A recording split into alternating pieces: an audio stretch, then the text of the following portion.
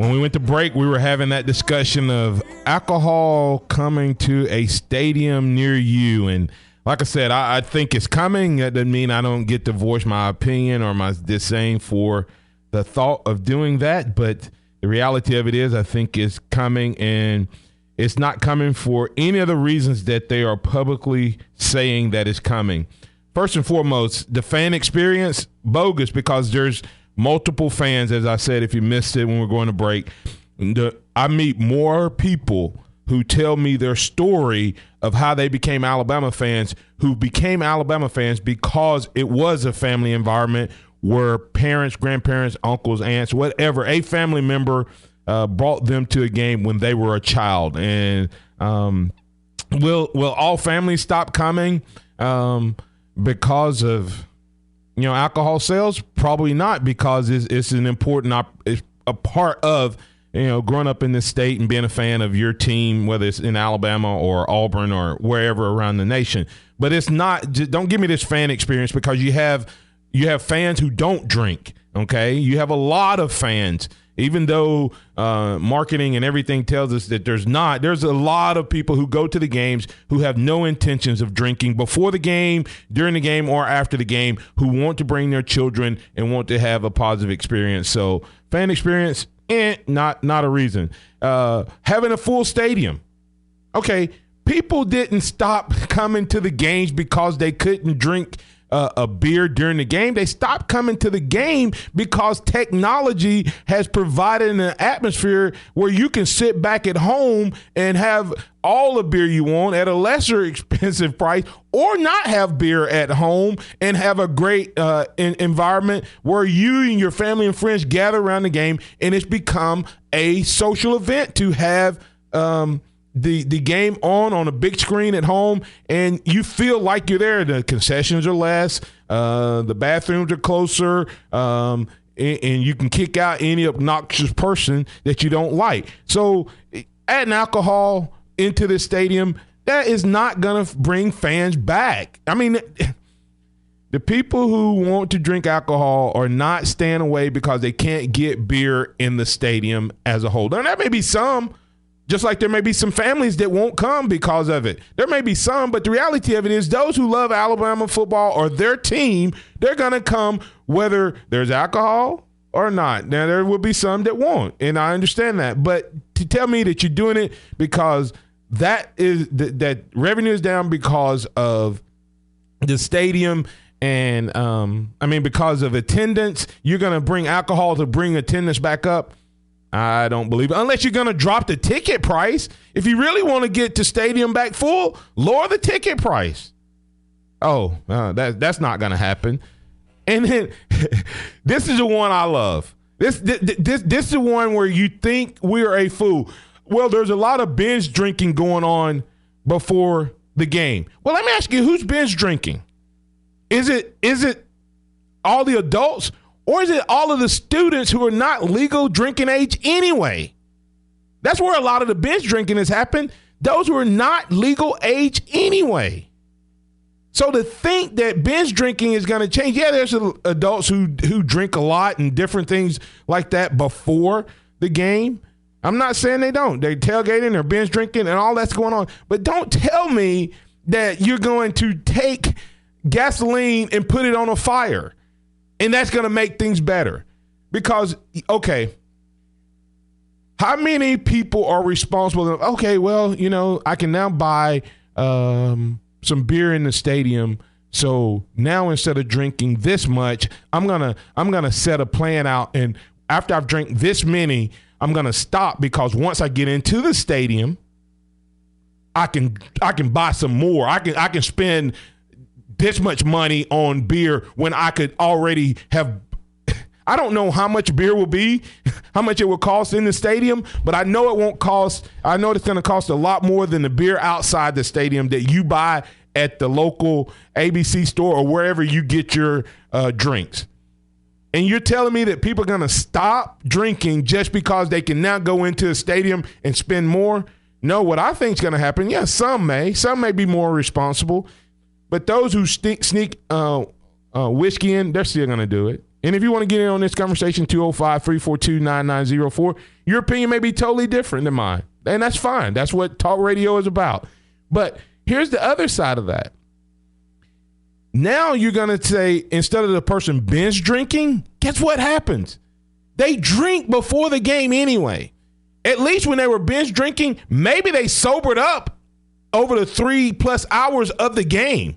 Hopefully they didn't sober up to the point where they dehydrated and had to be taken out of the stadium, but they sober up during the game because they're not allowed to continue drinking. But now people aren't going to stop drinking before the game, so they're going to drink there, and then you're going to give them access to drink for another 3+ hours.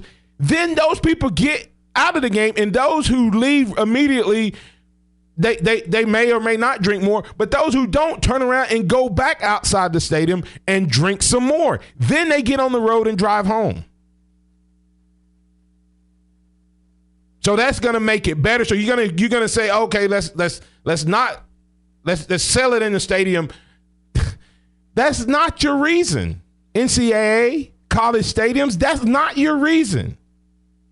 Now finances, if you tell me it's about finances, then okay, I'm not. I mean, I can give my disdain, I can give my disapproval, but if you say it's about finances, then at least I know you're being partially honest with me. But you're still not being completely honest, because I hear these stadiums now from a individual institution standpoint, they very well may be doing it for the finances of what happens in the stadium. But my question to you is this: as a business owner, anytime I go to make more revenue, I always have to look at how much expense am I going to incur. Well, we know that at the Joe, they decide to let unlimited alcohol in at right field, and the right fielder for Tennessee Volunteers gets doused. He gets a welcoming party from a UA student who douses alcohol on him, who may or may not have been legal age. By the way, all of these students that we're talking about and that we're fighting for, hey, listen, it's not just the general public. It's not just the adults. Approximately 70 to 75% of the students, all the undergrads, are not legal drinking age. And if you think, I love it, they're going to check ID. Well, the bars on the Strip check the IDs, and I guarantee you any given night you can get into those bars and find someone that's underage. So it's not going to keep those from getting it, and they're not going to be responsible as a whole anyway. But back to the finances. With this is going to come all types of legal expenses, because there's going to be someone that's going to get killed in an accident or killed by someone who left the stadium who had just got through drinking 3 or 4 beers at the stadium. They're drunk, and they're going to kill someone, and that's going to come back on the university. So liability insurance is going way up, and the expense of potential accidents is going way up. I'm not trying to bring about fear. I'm just saying that is a side effect of people drinking now for an extended 3+ hours during a game. Finances, you're going to have more police officers. You're going to have more security. All of those things come. And so is the revenue versus the expense worth it? Maybe for an individual stadium.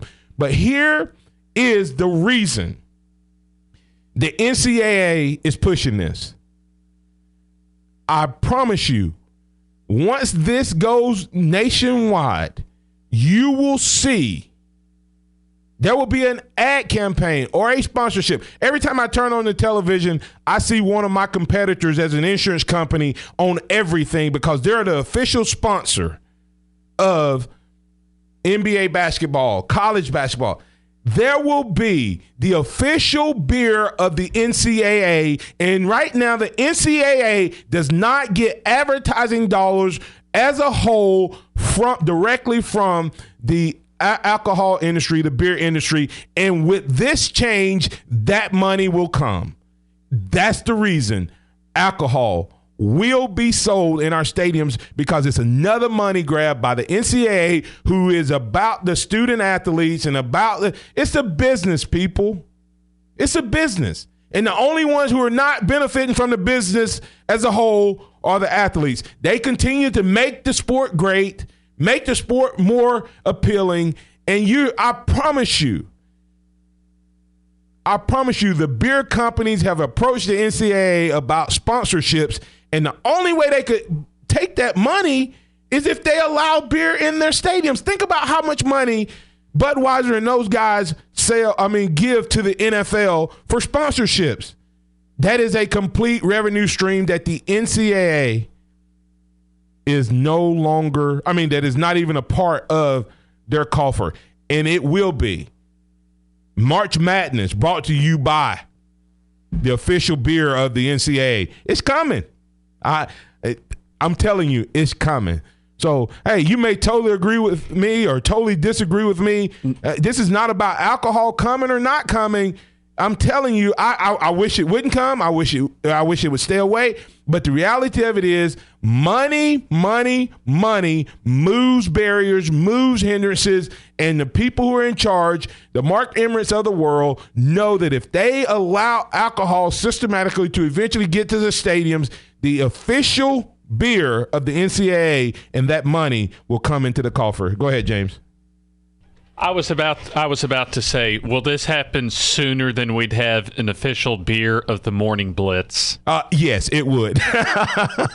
I promise you it would. I'm looking for some official sponsors, but a beer sponsor would not be one of those that I'm looking for. So, absolutely. I think it's going to happen sooner than later, too, James. I think it's going to be a pretty rapid thing. The guy that kind of started, I think, there was a few stadiums out there doing it, but Luck, and I can't ever remember Andrew Luck's dad's first name, but Mr. Luck it was at the AD at West Virginia. And, they always use West Virginia as like, okay, see what West Virginia did and it cut down on binge drinking. Do you know what West Virginia used to do? They used to allow their fans a pass out at halftime. So you know what they did? They went out to their cars and they drank more. So that you created binge drinking, West Virginia. And when Luck came in, he said, "Hey, that's crazy. Let's control what happens. Let's control it in the stadium. Let's benefit from it." And now he's one of the higher ups in the NCAA. And you can find out more detail about him and about this story. Dennis Dodd with CBS Sports, a great time. And actually, once we get everything, I'm not sure how our podcasting is going to work since we're making our change from Tide 99.1 to Tide 102.9. But Ryan Fowler had Dennis Dodd on yesterday. Ryan Fowler of the Game from 2 to 6. And you can hear that interview in its entirety on our podcast once we get everything situated and changed over. So, hey, listen, I'm passionate about the issue, but I'm passionate about it because I don't like being lied to. Just come out and say, hey, listen, there's a lot of money that we do not have access to right now, and we're going to slowly and systematically make a change, and we're going to let everybody think that it's about the individual stadiums and things like that. No, it's not. It's about that big deal, big contract, millions and millions of dollars that are being left on the table from beer advertisers around the country, because once it happens, it can be the official beer of your stadium, John Doe Stadium in, Boca Raton, wherever it is, you can now have a sponsor once this begins to happen. And I think that's where the big money is going to come in. So it is about finances, but it's not about you filling the stadium. It's not about your fan experience. And it's not about your binge drinking. And it's about finances that go into the pocket of the NCAA and then ultimately potentially to the individual stadiums.